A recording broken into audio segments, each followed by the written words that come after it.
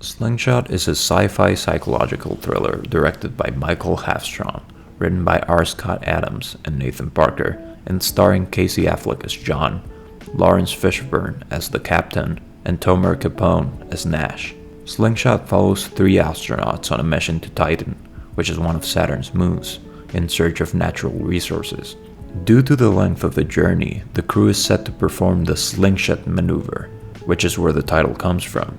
And what the Slingshot maneuver is basically a speed boost they will get by going around Jupiter so that they are launched towards Titan at a greater speed. Also, due to the length of the journey, the crew has to undergo multiple 90-day hibernation cycles. As part of the hibernation procedure, the crew is injected with a series of drugs that facilitate the hibernation process, but that have certain side effects upon them waking up, like disorientation, amnesia, and even hallucinations. There are 2 main story threads in this film. The main plot is everything that takes place on the ship, as the crew makes its way to Titan, which is essentially all one location. And then you also have a series of flashbacks of Casey Affleck's character John back on Earth. These flashbacks provide necessary exposition and context for what exactly the mission is, and how John came to be involved, and perhaps most importantly, his relationship with his girlfriend Zoe, who he can't stop thinking about while on the ship. She's not here on the ship. I know that. The main tension of the film comes from the fact that, at a certain point, the 3 main characters can't really be sure what they're experiencing is reality or not, which of course comes with paranoia, conflict, and multiple twist reveals. Now, this film has a fantastic cast and a great premise, and as a huge fan of both minimalist sci-fi and psychological thrillers, I really do enjoy the aesthetic qualities and trappings of those genres. That being said, I think the movie does suffer greatly from its tonal inconsistency, particularly as things begin to get crazier and conflict aboard the ship begins to escalate. What I mean by this is that there are multiple instances where otherwise serious moments are undercut by jokes or over-the-top acting choices that just feel out of place and kind of weird. And I'll be honest, I did laugh a lot and found most of the more jokey or lighthearted moments funny, but the sheer amount of them here did provide a hefty amount of tonal whiplash for me that I think could have been avoided. Beyond that, there is a point towards the end of the film where you're presented with 2 big twists that are essentially thrown at you at once, and it does end up feeling like one of those one twist too many kind of movies, especially because they don't really give the audience enough time to digest the first twist before dropping the second one. Now, on a personal note, both of these big reveals and the way that they were presented were actually things that I had already seen done before in other similar one-word title thrillers such as Moon, Buried, and Identity. And so, unfortunately, they didn't have that much of an impact on me.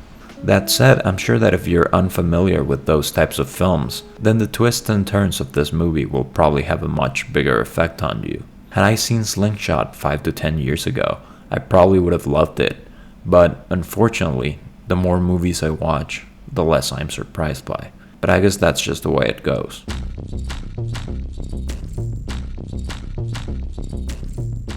Strange Darling is a 2023 thriller written and directed by J.T. Molnar and starring Willa Fitzgerald and Kyle Garner. Now, before I say anything, this is a film that is incredibly hard to talk about without spoilers.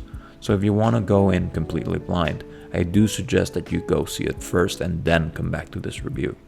This is certainly one of those films where the less you know about it, the better. From the very beginning, this movie is presented as a dramatization of the real-life events that led to the end of the years-long murder spree of a well-known serial killer. Shortly after we are told that the movie will be presented in 6 chapters, a title card that reads Chapter 3 shows up on the screen and the film kicks off. There are basically 2 main characters in this movie, and from the very beginning, a big part of the film's dramatic tension hinges on the fact that we know at least one of them is a serial killer, but we're not exactly sure which one, or at the very least, we're not supposed to be exactly sure which one. The problem with framing a large chunk of the story around guessing who the serial killer between 2 people is is that there is always at least a 50% chance that your audience has already figured out what the twist will be before you actually reveal it. So you do have to provide them with other elements to latch onto in case that they do end up figuring that out. The nonlinear structure helps in that it manages to hold off on providing key exposition,